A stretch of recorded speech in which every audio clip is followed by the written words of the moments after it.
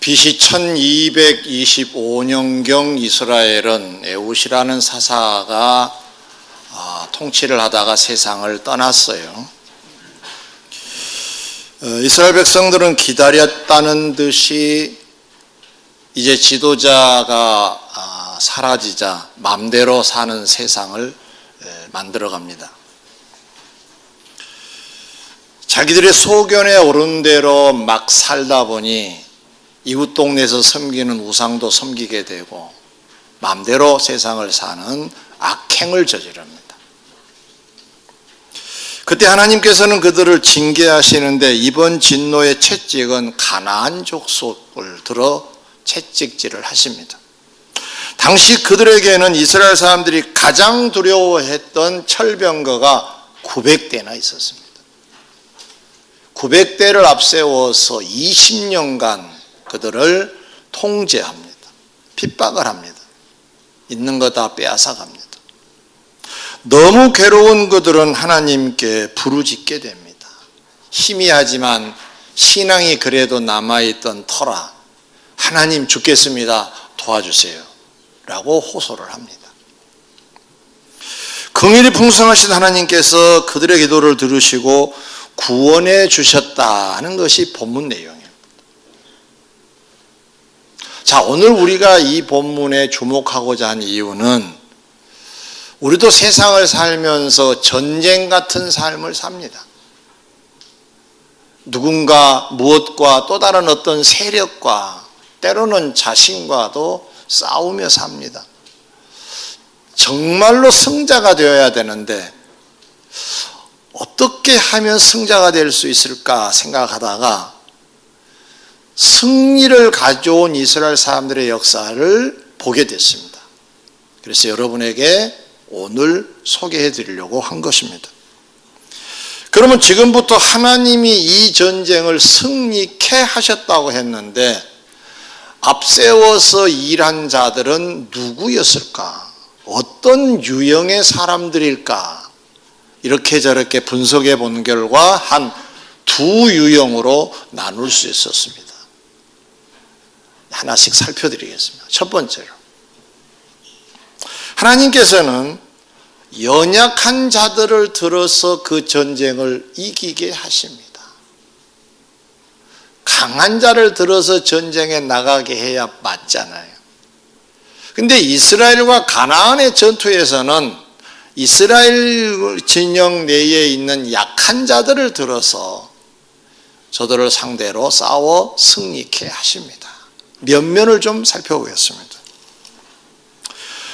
사사기 4장 4절에 보면 그때의 라피도스 안의 여선지자 드보라가 이스라엘의 사사가 되었는데 전무후무한 일입니다. 사사로서는 여성이 최초고 마지막입니다. 그런데 이 드보라를 소개할 때 라피도스의 사람이라 라피도스의 아내라는 이름을 붙이고 있습니다. 어떤 의미가 있을까요? 소속에 대한 얘기도 되지만은 그의 보호 속에 살아가는 여성이라는 뜻을 더 많이 갖고 있습니다. 연약한 여성이라는 얘기를 이렇게 표현하고 있는 것입니다. 히브리서 11장에 보면 믿음의 영웅들이 쫙 소개가 되고 있습니다. 이 사람은 무슨 일로 이런 영웅이 되었지, 이 사람은 무슨 일로 영웅이 되었지 하고 쫙 소개하다가 32절쯤 와서는 역사 중에 사사들이 몇 사람 소개를 합니다. 기드온, 바락, 삼손, 입다, 꽤 유명한 사람들이죠. 그런데 좀 정밀하게 들여다보면 두 번째 등장한 바락이라는 사람은 사사가 아닙니다. 이 바락과 함께 활동했던 시대의 사사는 드보라입니다. 근데 드보라를 빼고 바락을 대신 넣었습니다. 어떤 의미가 있나요? 그들의 문화이기도 했지만 여성은 연약한 존재니 앞세워지는 것이 조심스러웠던 거죠. 그래서 드보라 자리에 바락을 대신 놓고 사사의 그 명단에 그를 올려놓고 있는 것입니다. 한마디로 요약하면 드보라는 어떤 인물로 평가되어지느냐? 연약한 여성. 근데 주님이 이 여성을 들어서 이 전쟁을 수행케 하셨다는 얘기가 됐지요. 다른 인물을 좀 볼까요? 방금 잠깐 언급된 바락, 그 사람은 어떤 사람인가? 정말로 사사의 명단에 오를 만한 대단한 영웅이냐? 그 사람 면면을 잠깐 소개해드리면, 당시 사사인 드보라가 바락에게 사람을 보냅니다. 이제 가나안과 전쟁을 하려고 한다. 그러니 당신이 앞장서서 군대를 이끌어라. 그 사람이 와요. 그런데 그 바락이 드보라에게 하는 말이 4장 8절에 기록되어 있습니다. 바락이 그에게 이르되 만일 당신이 나와 함께 가면 내가 가려니와 만일 당신이 나와 함께 가지 아니하면 나도 가지 아니하겠노라. 그 반응을 보입니다. 저는 어렸을 때 시골에서 자랐는데요. 잠자는 안채가 별도로 있고요. 화장실은 별채 있었습니다. 옛날에 이런 말들이 있잖아요. 무슨 집과 화장실은 멀수록 좋다고. 네. 앞에 말은 제가 생략하겠습니다. 요즘은 세상이 많이 바뀌었으니까 요즘은 또 더 가까이 간다는 얘기도 있어요. 그래서 우리 집의 화장실 구조도 다른 집의 화장실 구조도 바로 문 열고 가면 화장실이 아니에요. 지금은 잠자다가 바로 가면 화장실이잖아요. 바로 옆칸에 또는 안방 저쪽에도 있기도 하고. 옛날에는 그렇게 안 했죠. 저 건너편에 있었습니다. 시골이 되면 밤이 되면 캄캄합니다. 전등불이 없을 때니까. 그런데 이제 문제는 뭐냐? 잠이 들어서 아침에 일어나면 괜찮은데 중간에 화장실을 가고 싶을 때가 제일 문제입니다. 어른들은 그냥 밤이고 낮이고 뭐 무서움을 타지 않으니까 왔다 갔다 하시는데 애들이 문제입니다. 애들은 잠자는 고나게 주무시는 엄마를 깨우면 엄마 화장실에 가야 된다. 다 커가지고 무슨 화장실에 나랑 같이 띡 갔다 오라고. 아이 무서워서 못 가요. 엄마가 가야 내가 갑니다. 옛날은 그랬습니다. 이 장면을 너무 제가 그렇게 해석하고 있는가 모르겠습니다만은 지금 이 바락이 남자예요. 바락은 드보라 여성에게 물론 사사이기는 하지만 당신이 가면 내가 가고요. 안 가면 저 못 갑니다. 어떠세요? 이스라엘의 군대를 이끌고 나가서 전쟁을 지휘할 정도의 군대 장관의 자격이 되겠습니까? 뭐 다른 의미도 있겠지만 굳이 이 분야로 해석해 보면 당신이 앞장서 주면 내가 그 밑에 가서 수종 들겠습니다 하는 것으로 볼 때 우렁차게 고함을 지르고 전장에서 진두지휘하는 그런 대장부의 모습은 별로 보이지 않습니다. 나약한 바락의 모습을 오히려 훨씬 더 우리는 많이 발견할 수가 있습니다. 이런 바락을 동원해서 이스라엘이 가나안과 전쟁을 하게 하나님이 하시고 이기게 하셨다는 것은 대단한 메시지가 있습니다. 한 사람 더 소개할까요? 다음에 나오는 인물은 야엘이라는 여성입니다. 4장 21절에 이 여성을 소개하기를 헤벨의 아내 야엘이 그의 장막 말뚝을 가지고 손에 방망이를 들고 그에게로 가만히 가서 말뚝을 그의 관자놀이에 박음에 꿰뚫고 땅에 박히니 그가 기절하여 죽으니라.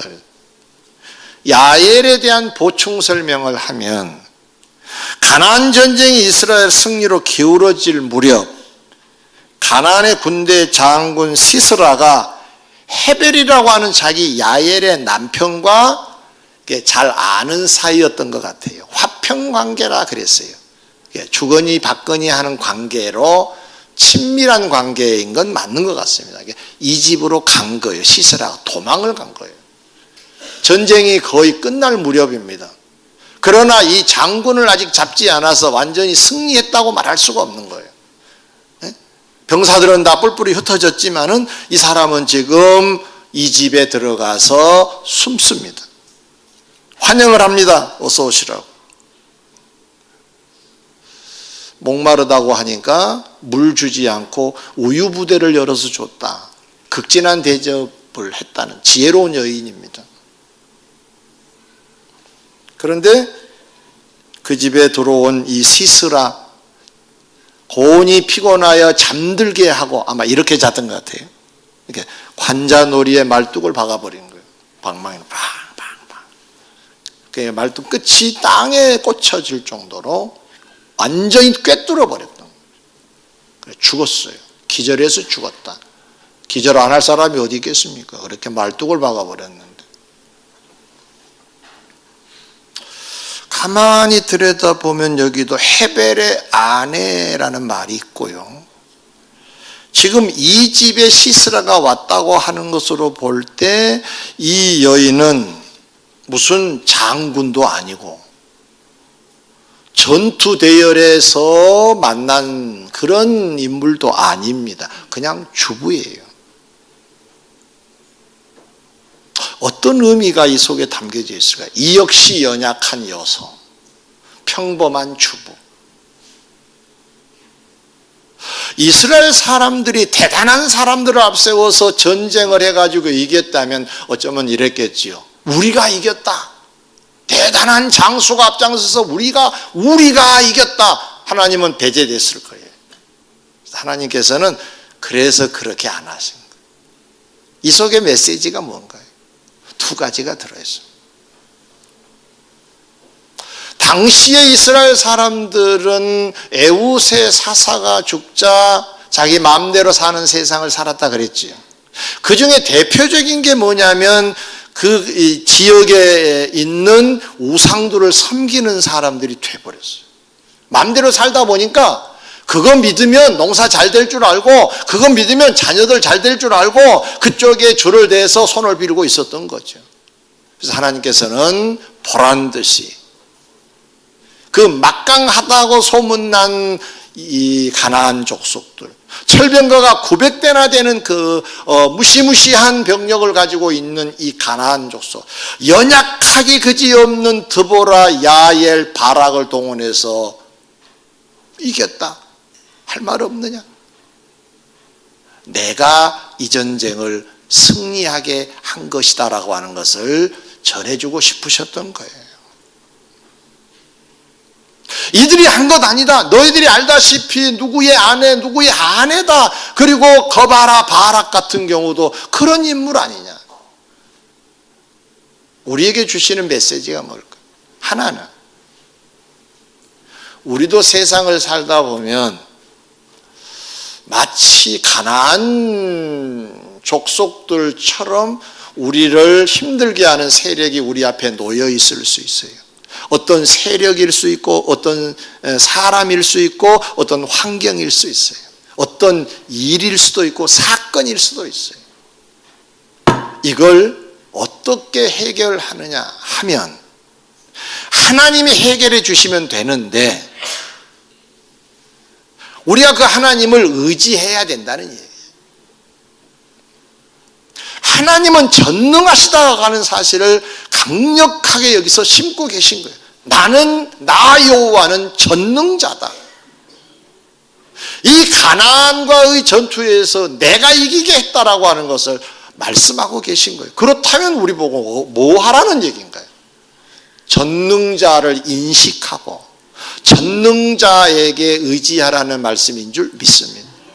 그렇다면 성도 여러분 앞에 힘들고 어렵게 보여지는 것들이 있으실 때 나는 안 되겠지, 나는 연약하니까, 나는 어떤 사람이니까 이런 것들에 매여서 도전이 안 되면 안 된다. 그런 의기소침도 하지 말고 포기도 하지 말고 좌절도 하지 말고 전능하신 하나님을 의지하고 나가면 하나님이 대신 싸워주실 줄 믿습니다. 하나님이 병기 되어주신다고 이사야서에는 기록을 하고 있어요. 하나님이 병기가 되어주시겠다. 할렐루야. 그럼 이기죠. 무엇과 씨름하고 계신가요? 병마와 씨름하고 계세요. 자존심과 씨름하고 계신가요? 어떤 상황과 지금 씨름하고 계신가요? 어쩌면 우리가 질 수 있겠죠. 그러나 전능하신 하나님을 의지하면 될 줄 믿습니다. 이게 믿음이 필요한 거예요. 전능하신 하나님을 의지하는 기도자, 의뢰자, 하나님은 승리하게 하실 줄 믿습니다. 두 번째 유형입니다.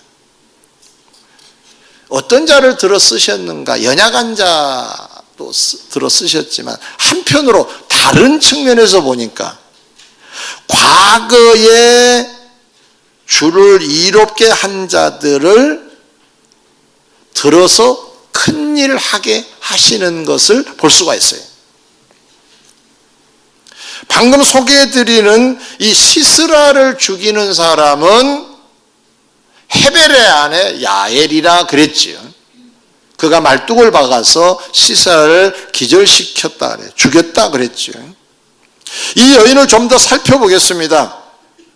4장 11절에 보면 모세의 장인 호밥의 자손 중 겐 사람 헤벨이라는 말이 나와요.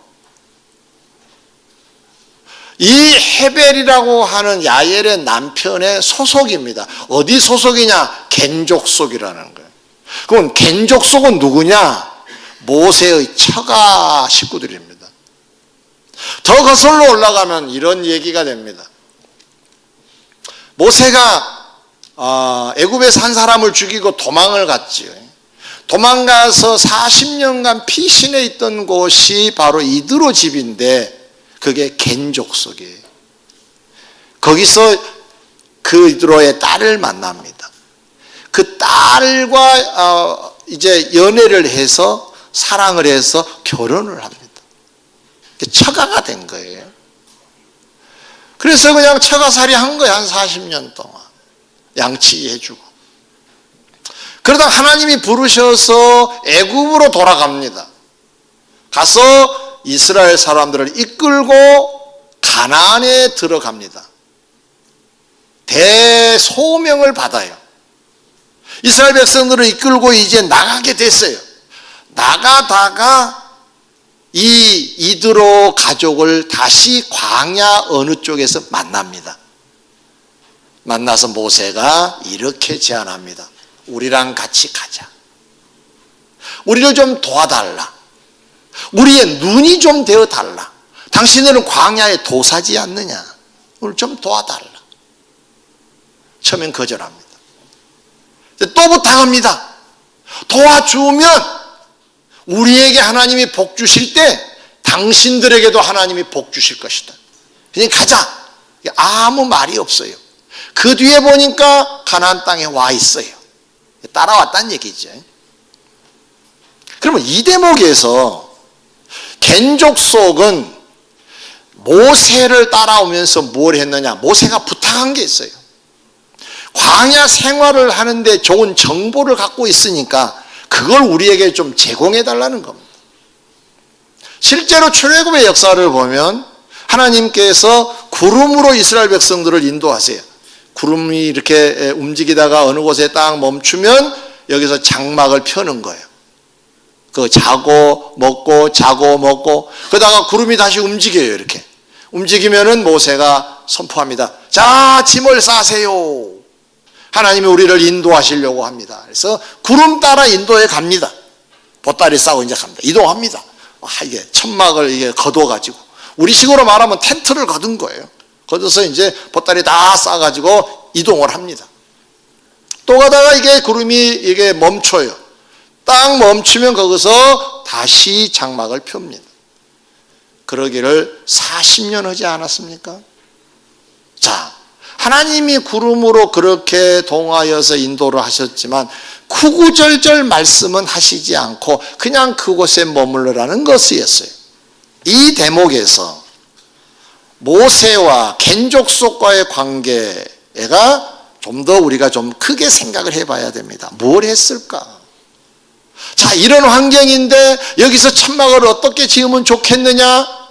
방향을 어떻게 하면 좋겠느냐? 등등을 물어볼 수 있지 않겠어요? 왜? 광야 생활의 도사들이니까. 겐족속은 정보를 줬겠지요.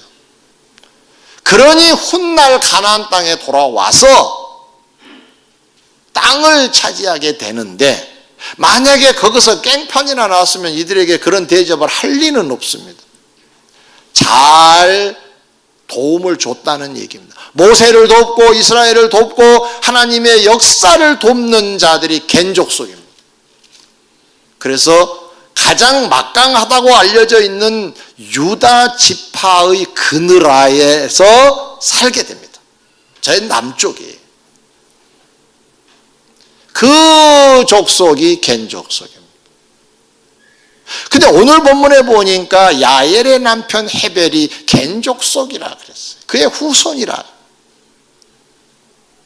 그러면 이 여인에게 지금 기회를 주셨다고 볼 수가 있겠죠. 근데 어느 정도로 하나님이 계획을 하고 계시느냐, 놀라운 일이 하나 있습니다. 이들이 유대 지역은 예루살렘 밑에입니다. 밑에 이게 남쪽 지역입니다. 애굽 쪽으로 가까이, 그러니까 광야 쪽이에요. 광야 쪽. 거기서 이 사람들이 살고 있었어요. 근데 4장 11절에 갑작스럽게 이 사람들의 이사 얘기가 나옵니다. 어디로 옮기느냐? 게데스라고 하는 곳으로 옮깁니다. 이 게데스가 어디냐? 이 예루살렘을 하나의 기점으로 본다면 북쪽입니다. 유대 땅은 남쪽이에요. 근데 저쪽으로 이사를 가게 합니다. 이 가족만. 이유는 밝히고 있지 않고 다른 얘기가 쭉 펼쳐지다가 이 얘기가 중간에 딱 들어가 있습니다.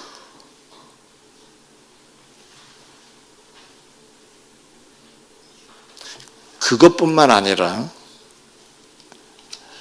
이제 우리가 처음에 읽다가 7절 8절에 이런 얘기가 있었어요. 드보라가 바락에게 사람을 보내서 이제 전쟁하자고 그럽니다. 근데 왔어요. 네가 해라. 하나님이 너에게 저들의 왕과 저들의 군대와 병거와 무리를 하나님이 너에게 붙이셨다. 그러니까 이긴다는 얘기예요. 그러자 바락이 뭐라 그랬습니까? 당신이 가야 내가 갑니다. 그랬죠? 그런데 그 대목에서 이 드보라가 해준 말이 있어요. 그 대목에서 뭐라고 얘기를 했느냐? 이르되 내가 반드시 너와 함께 가리라. 잘 들어보세요. 그러나 너가 이번에 가는 길에서는 영광을 얻지 못하리니 이는 여호와께서 시스라를 여인의 손에 파실 것임이니라 그래요. 그러니까 네하고 나하고 전장을 누벼서 전투하겠지만 그런데 큰 영광된 일은 네도 아니고 나도 아니다. 하나님이 한 여인에게 그 기회를 주신다고 하셨다. 그 얘기를 지금 바락에게 미리 얘기해 주고 있어요. 자, 이사온 장면이나 하나님이 예비해 놓으셨다는 얘기가 결국은 무슨 얘기입니까?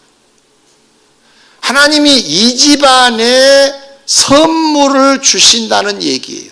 이 사람을 쓰셔서 이 사람들의 가문을 복되게 하시겠다는 의미예요. 그러면 여기에 정리할 수 있는 공식이 뭡니까? 이들은 누구냐? 겐족속이라고 그랬는데 겐족속은 누구냐? 이게 추적에 올라가 보니까 이렇게 이사를 하게 하시고 그리고 영광의 기회를 이 사람들에게 주시겠다고 하실 정도로 예비하고 또 예비하신 하나님, 왜 이렇게 하셨을까? 과거에 광야 생활하는 중에 모세의 부탁을 받고 모세를 돕고 이스라엘의 광야 생활을 돕고 하나님의 통치를 돕는 자였기 때문에 하나님은 기억에 놓으셨다가 때가 되어 영광의 일감을 주셨다는 메시지가 이 속에 들어있는 줄 믿습니다. 참 신기한 것은 마태복음 25장에도 나와 있습니다만 어떤 사람이 타국을 가면서 종들을 불러서 자기 소유를 맡겨요. 5달란트, 2달란트, 1달란트 이렇게 맡기는데 자 돌아왔어요. 5달란트 받은 사람이 주인님이요 보세요. 5개를 더 남겼습니다. 이게 칭찬받지요. 잘했다.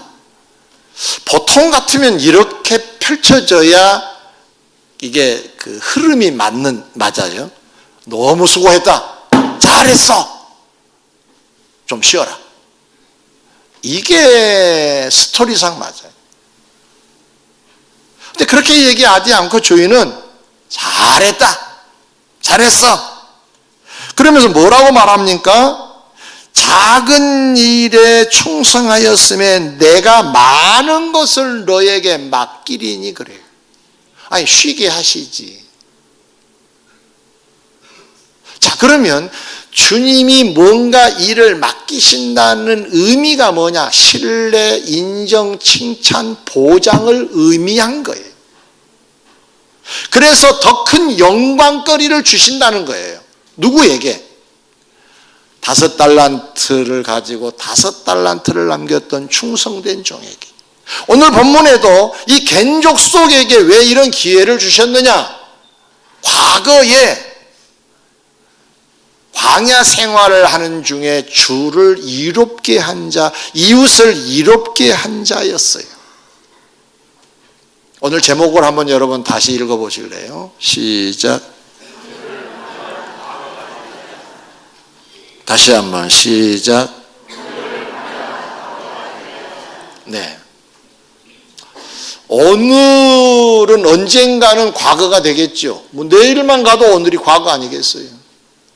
근데 오늘을 잘 화려한 날로 만들면 이쯤에서 참 그날 화려했었지 라는 날이 되지 않겠냐는 거죠.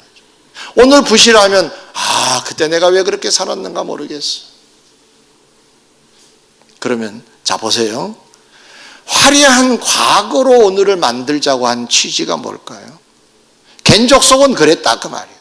겐족속은 그 하루하루를 어떻게 광야 생활을 했느냐? 모세를 돕고 이스라엘을 돕고 하나님을 돕는 아름다운 화려하게 사는 삶이었어요.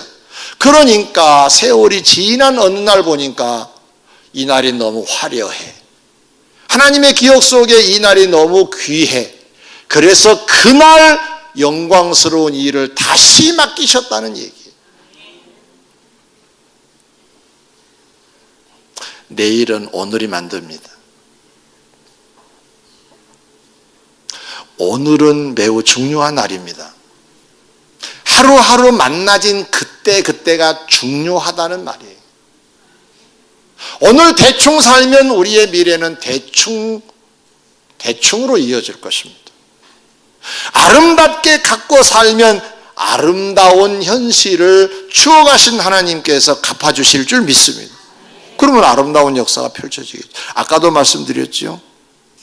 너도 나도 이 영광 누리지 못한다. 하나님이 여인의 손에 파실 것이라고 하셨다. 이 영광을 여인에게 주신다고 하셨다. 그 여인 누구냐? 겐족속이다. 마무리하겠습니다. 오늘을 잘 사십시오. 예배면 예배, 일이면 일, 기도면 기도. 근데 아멘을 잘 안 하시네. 안 하시겠단 말인가요? 다 같이 예배면 예배, 기도면 기도. 오늘을 부실하면 내일은 부실해집니다. 제가 예언하죠. 오늘 성실하면 다음에 성실한 삶이 보장됩니다. 우리 역사가 증명하지 않나요? 그렇게 살아서 그 해가 그렇게 됐고, 그렇게 살았더니 형편없게 된 거고. 그런데 한 가지 추가해서 말씀을 드립니다. 야엘이라는 여인에게 시스라가 왔어요. 하나님께서 보내주신 기회라고 봅니다. 이사하게 하신 하나님, 예비하신 하나님, 그럼 만나게 하신 거죠. 이 집안의 사람과 만나게 하신 거예요. 그런데 시스라는 누굽니까? 가나안 족속의 군대 장관이에요. 전차 900대를 앞세워서 전장을 누비는 사람입니다. 막강한 인물입니다. 당시에 이 이족들의 군대 장관쯤 되면 전쟁에 능한 자들이에요. 그 사람이 지금 집에 왔어요. 이 사람만 죽이면 영웅이 되는 거예요. 기회가 왔다는 얘기예요. 그런데 그 기회가 순하게 오지 않았습니다. 고약하게 왔습니다. 이 비밀을 아시면 도움이 될 건데요. 내가 해결할 만한 일감이 아닐 수 있다는 얘기입니다. 의미가 전달되면 좋겠는데요. 곤란할 것 같은데요. 맞아요. 곤란할 겁니다.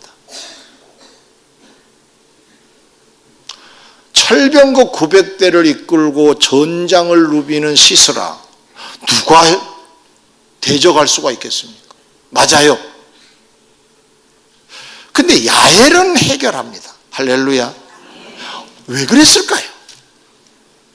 하나님이 주신 기회로 알았겠죠. 그래서 하나님을 의지하고 말뚝을 챙겼겠죠.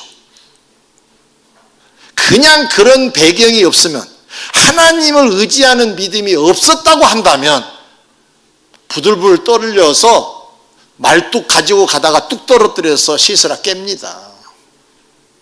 일 그르친단 말이에요.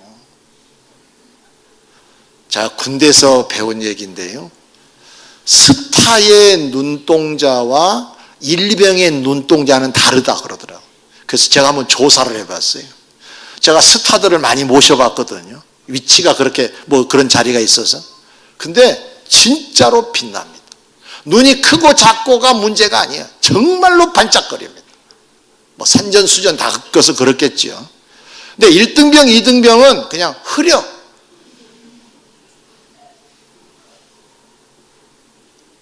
이등병이 몇 분 오신 것 같기는 한데. 흐리면 안 돼, 흐리면. 반짝거려야 돼. 그런데 이 사람들의 특징이 뭐냐? 굉장히 민감합니다. 왜냐? 전장을 누비는 사람들이잖아요. 빠시락 그러면 적군인가 하고 깹니다. 이 사람을 상대로 한 야엘의 행동은 무지하기 그지없습니다. 하나님을 의지한 거 빼고는 말이에요. 하나님이 도와주신 줄 믿습니다. 여러분 앞에 놓여있는 어떤 것 해결하면 기회가 될 것 같은데 해결하기가 역부족일 때 전능하신 하나님을 떠올리십시오. 전능하신 하나님을 한번 부르십시오. 하나님께 도움을 구하십시오. 그래서 시행하시면 야엘을 들어 시스라를 죽이신 하나님께서 우리를 들어 그 전쟁과 같은 삶을 승리로 이끌어 주실 줄 믿습니다. 기도하겠습니다.